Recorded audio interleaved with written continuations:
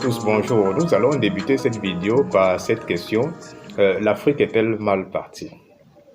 Oui, cette question est du français René Dumont dans son livre publié en 1962. Mais contrairement à ce qu'elle pourrait laisser entendre, c'est plutôt une question positive, oui, parce que agronome de formation, malheureusement français, vous comprendrez ici pourquoi, cet ingénieur avait décelé le développement de l'Afrique axé sur les apports extérieurs, notamment le blé. Parce qu'il faut le dire ici, malheureusement, c'est les Africains, encore peut-être manipulés, qui disent des contres-vérités sur des cultures très rentables en Afrique, comme justement le manioc. En suivant cet extrait vidéo, vous allez comprendre ici pourquoi. Le manioc Et vient pourtant, d'Amérique du Sud. voici quelques chiffres qui pourraient être des indicateurs. Un grand pays comme le Nigeria, le plus peuplé de l'Afrique avec près de 240 millions d'habitants, importe près de 90% de son blé. Voyez-vous ce que cela veut dire? Et pourtant, voici notre vérité.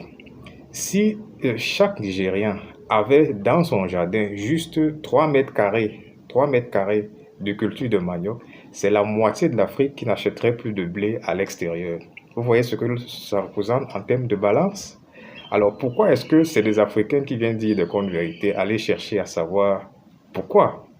Alors il faut démonter ici cette contre-vérité par des faits scientifiquement établis. Oui, le manioc a des composés cyanogénétiques, mais c'est sur la peau du manioc. Quel est l'Africain qui mange le manioc avec sa peau? Donc, lorsque vous avez épluché le manioc et que vous l'avez lavé soigneusement, ces composés n'ont aucun effet, risque zéro. Le manioc est plus énergétique, par exemple, que la pomme de terre. Pour 100 grammes de manioc, vous pouvez avoir à peu près 115 kilocalories en termes d'apport énergétique. La pomme de terre en apporte moins de 100 pour la même quantité de manioc.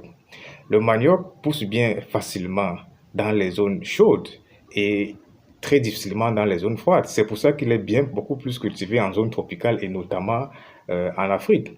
Donc, c'est une culture dans laquelle on mange tout, de la tige jusqu'aux feuilles. Donc, il faut dire ici, et elle pourrait être une autosuffisance alimentaire pour l'Afrique.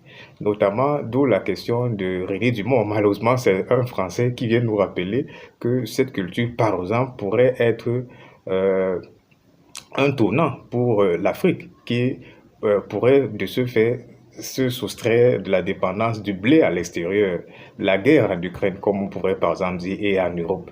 Donc, faites un partage de ces quelques notions qui pourraient plutôt nous rappeler que l'Afrique est bien partie. Bonne santé à tous et surtout bonne conscience. Merci. Nous n'allons pas oublier ici que le manioc pourrait aider des personnes qui souffrent de problèmes liés à l'hémoglobine. Oui, parce que nous savons très bien que les feuilles de manioc pilées, et lorsqu'elles sont consommées, sont très riches en fer. Donc cela est une contribution justement pour la bonne santé des personnes qui le consomment. Partagez donc ces informations. Une fois de plus, bonne santé. Merci. Proposer le manioc, ils ont imposé le manioc. Et eux, ils sont restés avec la pomme de terre. Et eux, ils ne mangent pas le manioc. Raison simple. Il y a des traités de l'OMS qui expliquent comment le manioc, c'est un poison. Vous avez des familles entières qui sont décimées encore aujourd'hui par le manioc. Mais on va dire, ils sont méchants dans ce village. Les vieux mangent ils sont tués par le manioc. Le manioc, c'est un poison. Pour quelle raison? Le manioc, c'est un tubercule qui opère dans le milieu tropical.